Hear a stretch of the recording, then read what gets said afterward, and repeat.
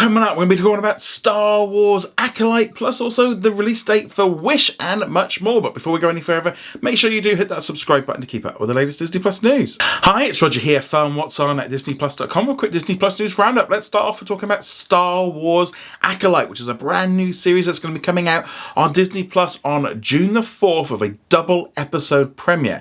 So we've got the brand new trailer has just dropped and it looks fantastic. You got loads of lightsabers in there, kind of setting the tone, lots of action going on there with fighting going on between Jedis, and then there's a big, Sith lightsaber, just looking pretty cool. So this one is set about 100 plus years before the events of the Phantom Menace, so it's in the High Republic era, something that we've not really seen on the screen before, so it's going to allow them to kind of explore a new place that we've not really seen, and I think that's a good thing, kind of giving us something fresh, something a little bit different.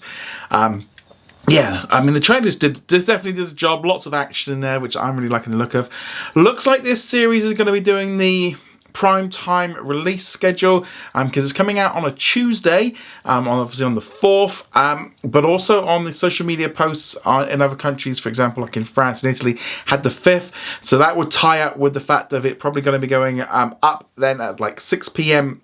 Pacific, 9 p.m. Eastern, and then obviously then here in the UK and in Europe, it will be the following day because of time zones and all the rest of it. Yeah, it kind of makes sense. I mean, I was expecting that kind of thing with these kind of shows. We've seen it with the Loki, Ahsoka, Percy Jackson, Taylor Swift. Makes sense to put it out at a prime time spot. So just be aware of that. When we're talking about the dates of this one, technically it's out on the 4th, but depending on where you live. But yeah, double episode premiere, and then that pretty much then will set us right through June with new episodes. Not quite clear if it's 6 or 8 episodes yet. Hopefully it's 8, a little bit more, would be nice. That'll give us definitely a nice big summer show, and then later this year, then we can get the skeleton crew. But yeah, this is good. I mean, a lot of people have been speculating on whether or not we would be waiting until May the 4th till we saw this. There's probably going to be some little bits of an update or something around that time. But yeah, not too long to wait. We've also got the Bad Batch being released right now. That's going to end just before May 4th. You've got Star Wars Phantom Menace being re-released in cinemas, and then we got this one in June. Lots of great Star Wars stuff to be looking forward to. I thought the trailer looked fantastic. I really enjoyed what I saw of it at last year's Star Wars Celebration. Yeah, looking forward to this one, but let us know your thoughts on the Acolyte trailer. Did you like it? Did you not? I'd love to hear your thoughts in the comments below. Moving on from there, let's now talk about Disney's Wish. It has finally been confirmed that the film will be arriving on Disney Plus around the world on April the 3rd. So it's been around about just over 4 months plus, actually, since it was released in cinemas. Close to nearly 5 months. Much longer than we've seen with any other animated film, though not quite as long as Indiana Jones and the Dial of Destiny. We're really seeing Disney pushing on how much and how quickly films arrive on Disney Plus. They kind of want to retrain us to not expecting films to arrive on Disney Plus as quickly as they were. When we were getting things like Encanto dropping 30 days after they've been released, it just sort of put that thought in mind that people could just wait. And so therefore they have been trying to make you go to the cinema or buying it digitally or renting it to try and get some money out of you, because they make money off you from Disney Plus, but they make more money from you if you see it somewhere else. And it's kind of retraining us and getting us ready and not expecting everything to arrive on Disney Plus within weeks. Because I think that was the big problem, was when we were going like at 30 days, 60 days, something like that, people were just thinking it's just come out. With Wish, they've taken the time. It came out for Thanksgiving, and we are literally going to be getting it just after Easter. So it's a much bigger window than we've previously seen, and I think we're going to see this a lot more with films moving forward. Ultimately, I think, if a movie doesn't do very well at the box office, rushing it on to Disney Plus doesn't always work out best long run if they're trying to rebuild cinemas. But the good news is Wish is going to be coming just after Easter. I, to be honest, thought it might have dropped in time for Easter because that would have been a nice time to do it. But with many kids off for the Easter breaks and stuff, I think it makes a good time. I think it's going to be a big hit on Disney Plus. Didn't do as well as the cinema as I would like. I had some fantastic music in it. I think loads of people are going to love it. I love the goat in it. I think that character is fantastic. But great to finally have it confirmed. But let us know. You're looking forward to watching Wish when it drops on the Disney Plus on April 3rd. Love to hear your thoughts on that in the comments below. In our question of the day, which comes from Brendan, who says, How differently do you think things would have looked for Disney if they hadn't have created their own streaming service to begin with and try and compete with Netflix? I can imagine that they had nowhere near as much trouble as they would have done, and it's not surprising since they tried producing so much content at the beginning, even under new leadership, before scaling back before Iger returned. So this is an interesting question, and something that I kind of wanted to get into is going to look long-term and short-term.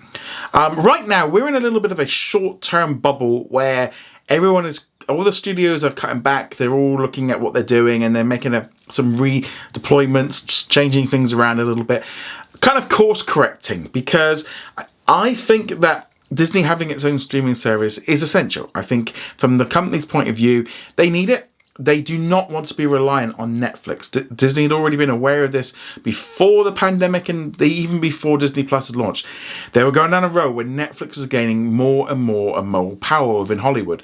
And had all the different studios not kind of started their own streaming services, Netflix would have been getting more and more powerful to the point where they can start dictating how much they're going to pay, how much, how people are going to get to see stuff. They would have had too much power.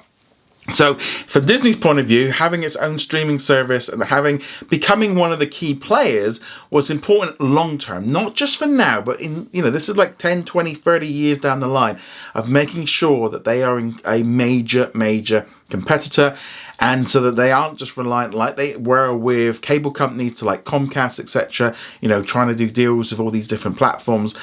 They wanted to be one of the leaders, and sort of giving to Netflix wasn't a good idea. Now, there's been some bumps along the way, definitely. I think the big problem really primarily was Disney's sort of inability to do something with Hulu. They should have either sold off the 60% they owned when they got full control of 20th Century Studios, or done something. That was, to me, the key problem, was them not willing to spend at that point because Disney was still babysitter mode.